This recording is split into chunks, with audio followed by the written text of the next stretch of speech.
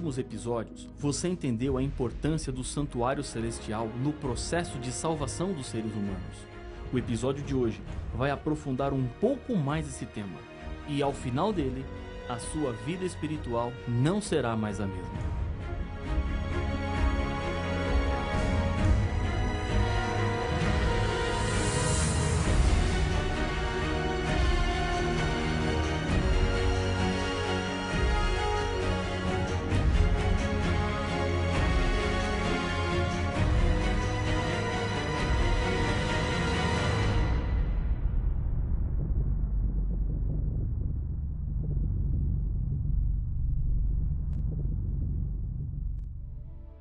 Calcula-se que o bigode de um homem tenha por volta de 2.500 fios.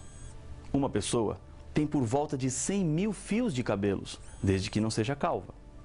Os loiros têm cerca de 140.000 fios, enquanto que os morenos têm 109.000. E talvez você esteja se perguntando, quem é que parou para ficar contando os fios de cabelo? Isso parece tão insignificante, mas para Deus não é. Jesus nos disse: não se vendem 5 pardais por 2 asses? Entretanto, nenhum deles está em esquecimento diante de Deus. Até os cabelos da vossa cabeça estão todos contados. Não temais. Bem mais valeis do que muitos pardais. Lucas capítulo 12, versos 6 e 7. Deus tem um interesse muito especial em você. Deus conhece tudo sobre a sua vida. Ele sabe onde você mora, o nome dos seus filhos, onde você trabalha, todos os seus problemas. Se Deus sabe até quantos fios de cabelo você tem, você acha que Ele não se importa com você? As profecias que estão escritas na Bíblia são provas desse amor e interesse de Deus. Ele quer salvar o seu povo e não nos deixou nesse mundo sem termos placas, sinais que indicam e mostram o caminho seguro pelo qual devemos andar. Vamos voltar para o santuário celestial. Lá, a profecia bíblica diz que um evento importante iria acontecer. Veja o que diz Daniel capítulo 8, verso 14. Até 2.300 tardes e manhãs, e o santuário será purificado. Essa profecia não pode referir-se à purificação do santuário terrestre de Israel, porque essa purificação acontecia uma vez por ano, e o templo, quando Daniel recebeu a visão, já estava destruído.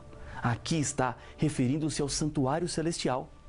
A expressão tarde e manhã significa um dia. São 2 partes que formam um período de 24 horas. Na visão de Daniel, o santuário seria purificado, ou seja, aconteceria o dia da expiação, após 2.300 dias.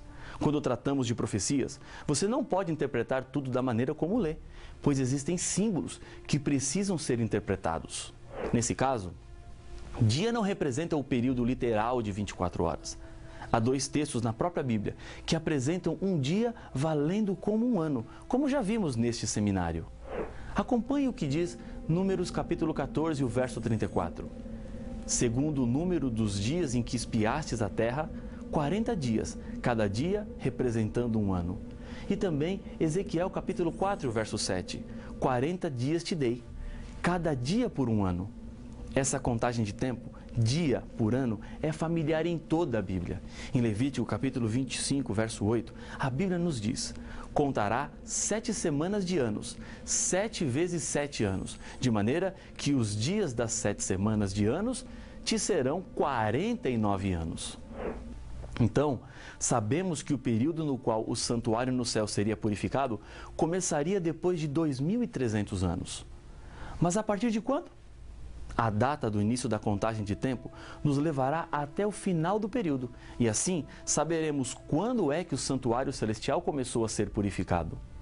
Perceba que essa profecia foi dada a Daniel com a seguinte advertência: a visão da tarde e da manhã que foi dita é verdadeira.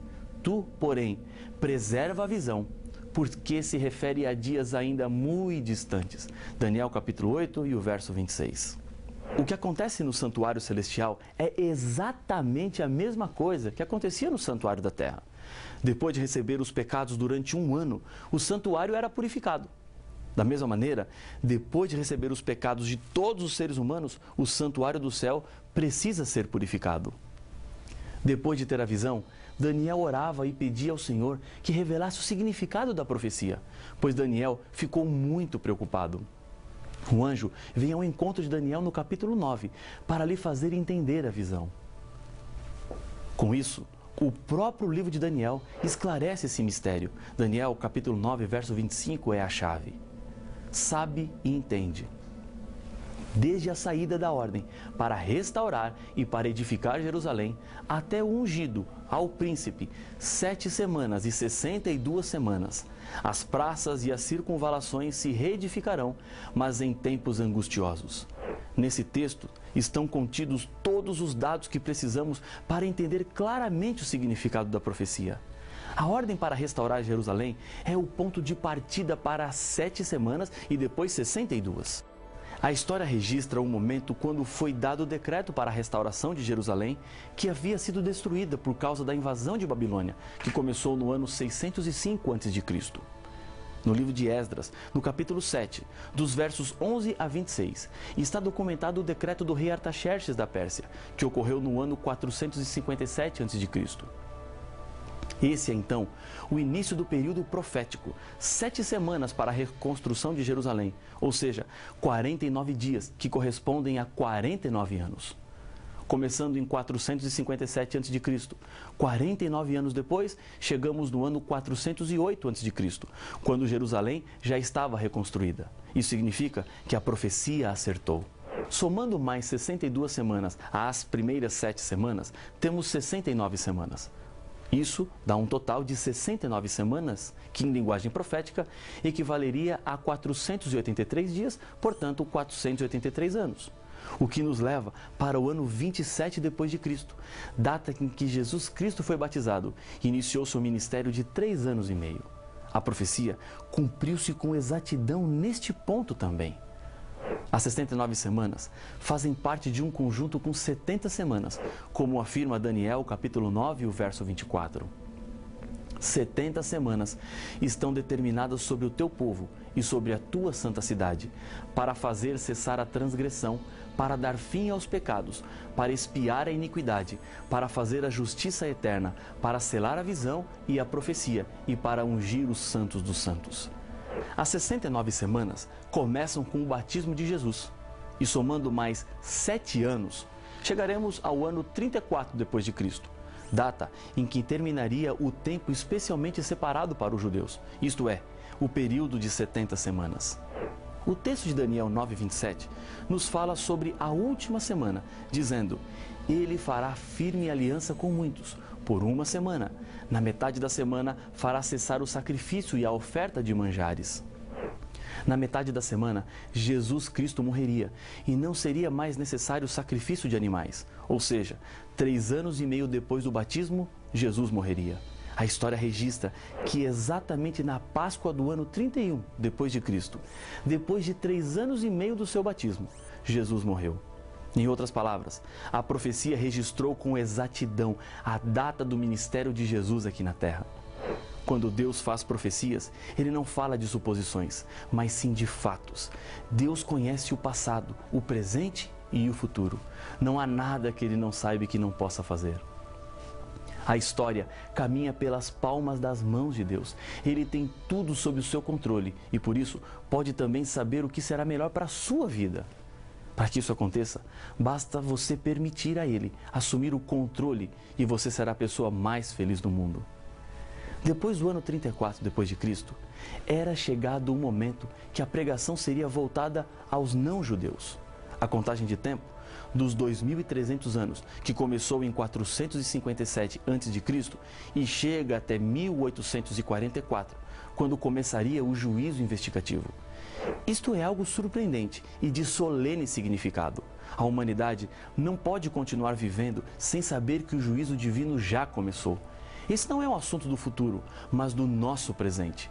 Foi a partir de 1844 que o destino dos seres humanos passou a ser definido e o caráter dos salvos começou a ser vindicado. E milhões de pessoas no mundo ignoram esta verdade que Deus acabou de revelar para você. Cristo viveu e morreu. Esta verdade pode ser demonstrada não só na Bíblia, mas também pelos registros da história. Tácito, que viveu entre o ano 55 e 120 depois de Cristo, escreveu: Cristo, O fundador do nome cristãos sofreu a pena de morte no reinado de Tibério, por sentença do procurador Pôncio Pilatos. Luciano, um agnóstico que viveu durante o segundo século depois de Cristo, menciona um homem que foi crucificado na Palestina porque introduziu na história essa nova seita, cristianismo, no mundo. Paulo nos diz em 1 Coríntios capítulo 15, verso 3, Jesus morreu pelos nossos pecados. Essas palavras não são históricas, mas sim uma revelação. É uma verdade que precisa ser aceita pela fé. Deus nos ama não apenas como humanidade, mas também como pessoas, como indivíduos. Logo após o bombardeio de Hiroshima, um japonês chegou à cidade arrasada. Foi o primeiro jornalista a ver a terrível destruição provocada pela bomba atômica. E em seu relato, no New York Times, após o desastre, ele entrou na cidade não para reunir material para uma notícia, nem para contemplar a grande chacina. Foi principalmente em busca de uma única pessoa que amava, sua própria mãe. Seu interesse não era geral, mas particular. Em busca de um ser amado, você e eu, tal qual o quadro de Cristo quando veio ao mundo. Foi uma missão muito pessoal e temos que assim considerá-la. Não basta dizer, Cristo veio ao mundo para salvar os pecadores, mas sim dizer, Cristo veio ao mundo para me salvar. Essa profecia nos dá duas garantias. Primeira garantia, Jesus Cristo nos salva. Segunda garantia, o restante da profecia também é verdadeiro. A validade do santuário terrestre acabou com a morte de Jesus na cruz. No momento da sua morte, a Bíblia diz, e Jesus, clamando outra vez com grande voz, entregou o Espírito. Eis que o véu do santuário se rasgou em duas partes, de alto a baixo. Tremeu a terra, fenderam-se as rochas. Mateus capítulo 27, versos 50 e 51. Esse templo foi destruído no ano 70 depois de Cristo. Não havia mais razão para continuar existindo na terra. Ele era apenas um símbolo do que acontece no santuário celestial, desde que Jesus retornou para o céu. Em Hebreus, capítulo 9, verso 23, a Bíblia fala sobre o ministério de Jesus no céu após a sua morte, que é no santuário. Porque Cristo não entrou em santuário feito por mãos, figura do verdadeiro, porém no mesmo céu, para comparecer agora por nós diante de Deus. O santuário terrestre tinha os seus serviços todos os dias no lugar santo. Apenas uma vez por ano, o Santíssimo recebia o sumo sacerdote, quando acontecia a purificação do santuário. Jesus ministrou no lugar santo até 1844. A partir daí, Jesus entrou no lugar santíssimo para concluir a sua obra de perdão e condenação. Essa profecia nem sempre foi completamente compreendida pelos seres humanos. Daniel foi informado de que nem tudo seria compreensível. Tu, porém, Daniel, encerra as palavras e sela o livro até ao tempo do fim. Muitos o esquadrinharão e o saber se multiplicará. Daniel capítulo 12 e o verso 4. O saber que Daniel aqui fala é com relação à profecia. Foi apenas próximo ao ano em que começaria o juízo investigativo no céu que estudiosos da Bíblia descobriram a data. Mas devido às tradições que tinham na época, acharam que a purificação do santuário era a volta de Jesus. Em 1844, aconteceu um desapontamento desses cristãos que entenderam o período da profecia, mas não o evento certo. O mais surpreendente é descobrir no Apocalipse uma profecia que revela que Deus permitiu o desapontamento, pois ele tinha um objetivo muito especial. No capítulo 10 de Apocalipse, a profecia é apresentada a João. Então, o anjo que vi em pé sobre o mar e sobre a terra levantou a mão direita para o céu e jurou por aquele que vive pelos séculos dos séculos, o mesmo que criou o céu, a terra, o mar e tudo quanto neles existe. Já não haverá demora, mas nos dias da voz do sétimo anjo, quando ele estiver para tocar a trombeta, cumprir-se-á então o mistério de Deus, segundo ele anunciou aos seus servos, os profetas. A voz que ouvi, vinda do céu, estava de novo falando comigo e dizendo: vai e toma o livro que se acha aberto na mão do anjo em pé sobre o mar e sobre a terra. Fui, pois, ao anjo, dizendo-lhe que me desse o livrinho. Ele então me falou: toma-o, devora-o. certamente ele será amargo ao teu estômago, mas na tua boca doce como mel. Apocalipse capítulo 10, versos 5 a 9. A ideia de que Jesus voltaria em 1844 foi doce como mel. Mas quando o dia acabou e Jesus não voltou, foi muito amarga. Isso não aconteceu por falta da revelação. A Bíblia apresenta Jesus não como sacerdote do santuário da terra, mas do santuário celestial, onde ele faria a purificação. Esse não foi o primeiro desapontamento que o povo de Deus passou. Houve outro maior, o desapontamento da cruz. Embora Jesus tivesse dito aos seus discípulos que ele morreria, eles não entenderam porque esperavam que Jesus se manifestasse com o poder que ele disse que só manifestará na sua segunda vinda. Na hora da crucifixão, os discípulos experimentaram um amargo desapontamento que os desanimou a princípio, mas depois eles entenderam exatamente o que representava a sua morte. A decepção está registrada na Bíblia para que o povo de Deus pudesse reconfirmar a sua fé. Após o desapontamento, uma missão é dada para todos que permaneceram fiéis após 1844. Em Apocalipse capítulo 10, verso 11, a Bíblia diz: Então me disseram, é necessário que ainda profetizes a respeito de muitos povos, nações, línguas e reis. Assim como os discípulos, que amavam a sua religião judaica e não pensavam em deixá-la para formarem uma nova igreja, os que passaram pelo desapontamento não tinham intenção de formar uma nova religião. A questão crucial aconteceu quando foram à Bíblia em busca de respostas ao desapontamento e descobriram muitas verdades bíblicas que as suas igrejas não obedeciam e existiam erros introduzidos na igreja desde a época da Idade Média. Assim, não poderiam pregar o Evangelho eterno de maneira pura e completa. Deus usou então o mesmo método. Primeiro, permitiu que experimentassem o desapontamento. Segundo, assim foram expulsos de suas congregações e, ao se encontrarem do lado de fora, algo os uniu: buscar na Bíblia a luz para a compreensão da verdade. Terceiro, redescobriram as verdades lançadas por terra. Quarto, assim estariam em condições de pregar a todo mundo e ainda hoje pregam em obediência à ordem do Mestre. E a mensagem a ser pregada está no Apocalipse. Vi outro anjo voando pelo meio do céu, tendo um evangelho eterno para pregar aos que se assentam sobre a terra e a cada nação, e tribo, e língua, e povo, dizendo em grande voz: temei a Deus e dai-lhe glória, pois é chegada a hora do seu juízo, e adorai aquele que fez o céu, e a terra, e o mar, e as fontes das águas. Seguiu-se outro anjo, o segundo, dizendo: caiu a grande Babilônia, que tem dado a beber a todas as nações do vinho da fúria da sua prostituição. Seguiu-se a estes outro anjo, o terceiro, dizendo em grande voz: se alguém adora a besta e a sua imagem, e recebe a sua marca na fronte ou sobre a mão, também esse beberá do vinho da cólera de Deus, preparado, sem mistura, do cálice da sua ira, e será atormentado com fogo e enxofre, diante dos santos anjos e na presença do Cordeiro. A fumaça do seu tormento sobe pelos séculos dos séculos e não tem descanso algum, nem de dia nem de noite. Os adoradores da besta e da sua imagem e quem quer que receba a marca do seu nome. Aqui está a perseverança dos santos, os que guardam os mandamentos de Deus e a fé em Jesus. Apocalipse capítulo 14, versos 6 a 12. Essa é a história da Igreja Adventista do Sétimo Dia, que surgiu exatamente cronometrada com a hora profética. Ela passou pelo desapontamento de Apocalipse 10 e hoje prega a restauração de todas as verdades bíblicas. O povo fiel de Jesus está se levantando nesse mundo para lhe mostrar essas grandes verdades. Estamos vivendo nos momentos de juízo. Cada um terá que dar contas dos seus pecados, mas você pode hoje contar com o perdão e a restauração que vem de Deus. Neste momento, você tem que tomar uma decisão muito importante.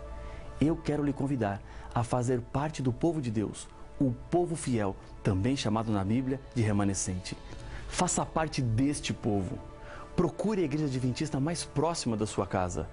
Entenda a história deste povo, a história desta igreja. Há algo muito especial para você. Por isso, eu quero fazer uma oração com você. Feche os seus olhos, aí onde você está, e vamos orar. Senhor, as tuas verdades foram estampadas diante dos nossos olhos e uma decisão precisa ser tomada. Neste momento, eu lhe peço que com teu Espírito o Senhor toque nesses corações que oram comigo, abrindo os nossos olhos e nos conduzindo à salvação. Fica conosco, em nome de Jesus. Amém.